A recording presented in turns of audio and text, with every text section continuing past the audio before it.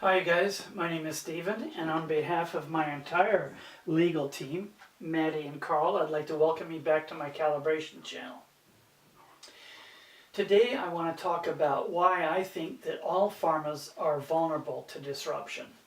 I have over 30 years experience in facility maintenance operations, most of it in biotechs and biopharma production facilities.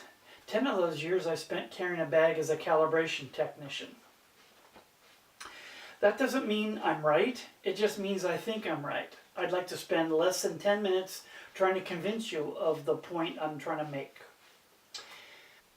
I'm going to label the companies I'm going to talk about A, B, and C, not because it's any big secret, but because I want to de-emphasize personalities and individual decisions and emphasize business trends that I think have applied for many years and still apply today. I first encountered the pharma business model in 1988 when I got hired by Company A as a calibration technician. A few years before that, a researcher at Company A had uncovered an incredibly powerful tool that occurs naturally in every nucleus of every cell that uses DNA. Company A was able to harness that to start producing recombinant DNA raw materials for drugs. This was great news for the researcher. He eventually got a Nobel Prize for it, and he deserved it. This was very, very bad news for Company A. Here's why. They were going along with what they conceived of as some kind of normal, rational business process. All of a sudden, up in the middle of everything occurred this incredible amount of added value. They either didn't know what to do with it or didn't know the risk that it posed to them. Meanwhile, next door, and I mean literally next door, Company B looked at this situation and saw an opportunity. They went to a group of bankers and said, lend us the money necessary to buy a controlling interest in the stock of Company A, and to pay for it, we'll license the technology that this guy just discovered. The bankers said, okay. Company B bought Company A. No more Company A. And indeed, Company B did license this technology. It's all over the place to this day. It's called PCR. You'll probably recognize that acronym and realize how incredibly valuable and dangerous this tool was in the hands of Company A, because they didn't know what they had. When all this happened, I left for 5 years and then returned to the industry and started working for Company B. Ironically, what Company B had done to Company A happened to them within just a few years of my return. Here's their story.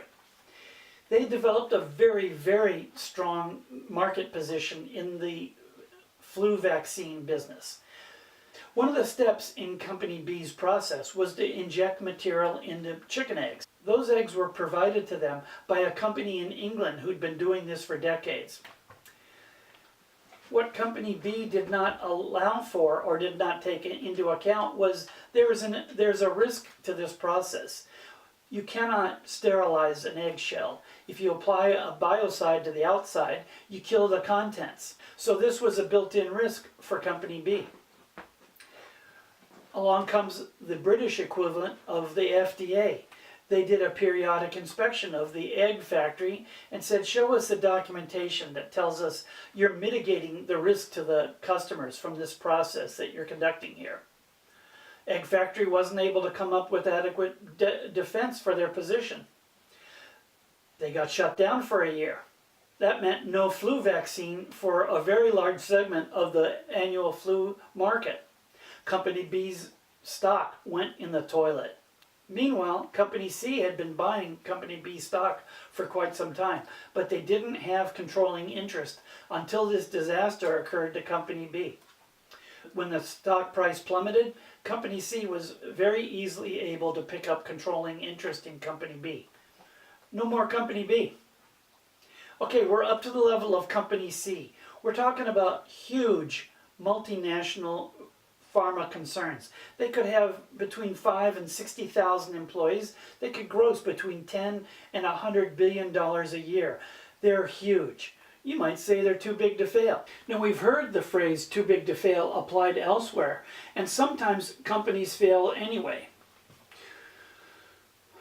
It's not immediately apparent, but I believe that one of the things that stabilizes the landscape for companies like Company C is that India and China don't get along very well right now.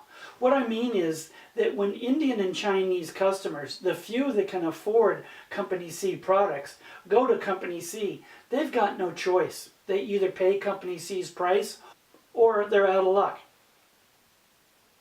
In addition, I've talked elsewhere about some built-in vulnerabilities that are occurring even today in the inefficient way that big pharmas produce products. Go take a look at them and see what you think.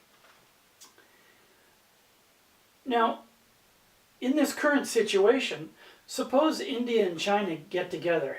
They say, look, we don't like each other. We have different strategic goals. We have different diplomatic goals. We don't use the same language. We have a different culture. However, between the two of us, we have 2.6 billion people. Company C insists on advertising to our citizens that they have solutions that our citizens can't afford yet. This is going to cause more and more political instability for both of us. And it's only going to get worse as more and more of our population reaches the middle class. Here's what we're going to do. We're going to form what we'll call a co-prosperity sphere. We're going to fund our own research and development into new drugs for our population. We're going to reverse engineer every patented drug we can get our hands on. We're going to nationalize the foreign establishments that have been built in India and China by big pharmas. Essentially, we're going to identify and service our own pharma customers within our population. And the patent holders in the West can go to hell. Now, were this to even start to happen, Company C would discover that it has a new vulnerability. Company C customers are not loyal. Company C customers buy Company C drugs because they have no choice. They have to accept their price. Now, if they were to see the co-prosperity sphere starting to develop solutions to their problems, I don't think they'd stick with Company C very long, because the co-prosperity sphere drugs are going to be pretty cheap. So, that's my proposition. If you found it thought-provoking, I'm very happy. If you have constructive comments, I'd be delighted to hear from you.